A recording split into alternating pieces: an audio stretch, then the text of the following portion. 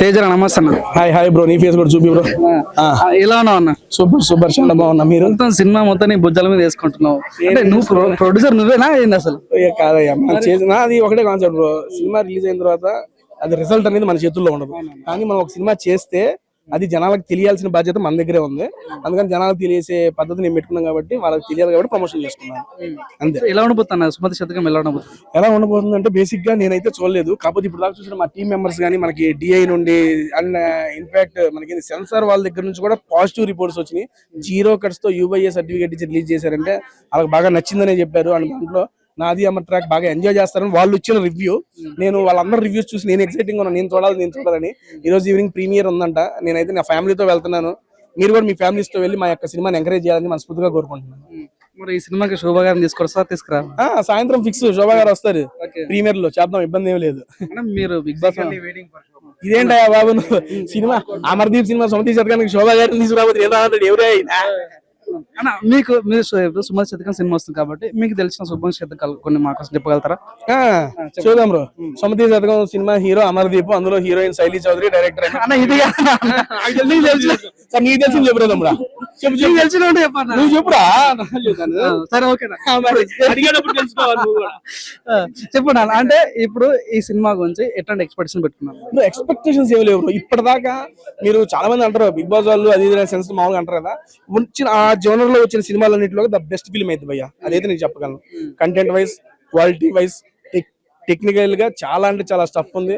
CG works చాలా ఉన్నాయి and చాలా ఫన్ ఉంటది. ఇవన్నీ ఆబ్వియస్లీ మీకు సినిమాలో చూస్తారు, నమ్ముతాం బ్రో. 6 గంటలు ఆగు బ్రో, సాయంత్రం తెలిసిపోద్ది మీకే. ఈ నమ్మకం నిజమైంది.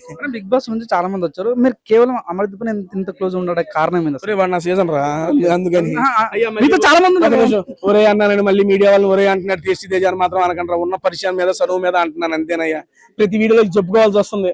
ఒరే అంటే నువ్వు ఒరే అంటావు ఏంటి మీడియా వాళ్ళు అంటారు, అందుకని చెబుతున్నా. పరిచయం చెప్పురా. చాలా టేస్టీ తేజ చాలా మంచి మనసు, సౌమ్యుడు. సౌమ్య ఎవరు మధ్యలో? సౌమ్యుడు అన్న. సౌమ్యుడా, ఓకే.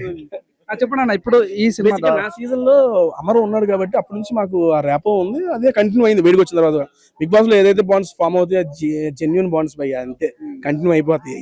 అన్న ఈ క్వశ్చన్ ఈ సినిమా సంబంధించిన కాదు, మీ కమెడియన్స్ చాలా సార్ బిగ్ బాస్ కి వెళ్తున్నారు, ఎందుకని కమెడియన్స్ కప్పుకొట్టలేకపోతున్నారు అన్న? దీనికి ఆన్సర్ అంటే బేసిక్ గా సినిమా రిలేటెడ్ గానీ చెబుతా. సినిమాలో హీరో ఫైనల్ గా పాజిటివ్ రిజల్ట్ వచ్చింది అనుకో, జనాలందరూ ఆనందపడతారు. హీరో కొట్టారా, సాధించారు, అమ్మాయిని పెళ్లి చేసుకున్నారా.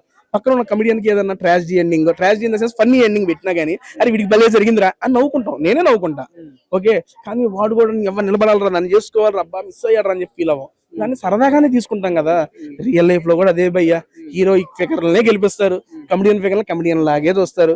వాడు చివరి దాకా ఉన్నాడా, ఎంటర్టైన్ చేసాడా, వాడు ఉంటేనే ఎంటర్టైన్మెంట్ ఉంటుంది అంటారు, కానీ వాడిని గెలిపించడానికి మాత్రం ఒప్పుకోరు.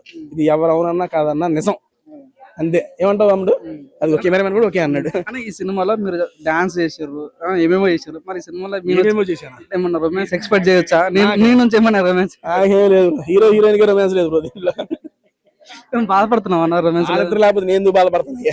నీకేమైనా పెట్టలేదు అని అలాంటిది చేసావు డైరెక్టర్ రొమాన్స్ పెడితే బాగుంటుంది. ఒకే ఒకటి అడిగారండి, వాళ్ళిద్దరు రొమాన్స్ సాంగ్ ఉంది, దాంట్లో పెట్టండి, అంత మించి నేనే అడగలేదండి.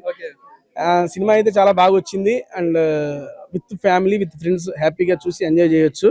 మీకు మంచి టైం పాస్ అయితే అయిద్దండి, అదైతే చెప్పగలను.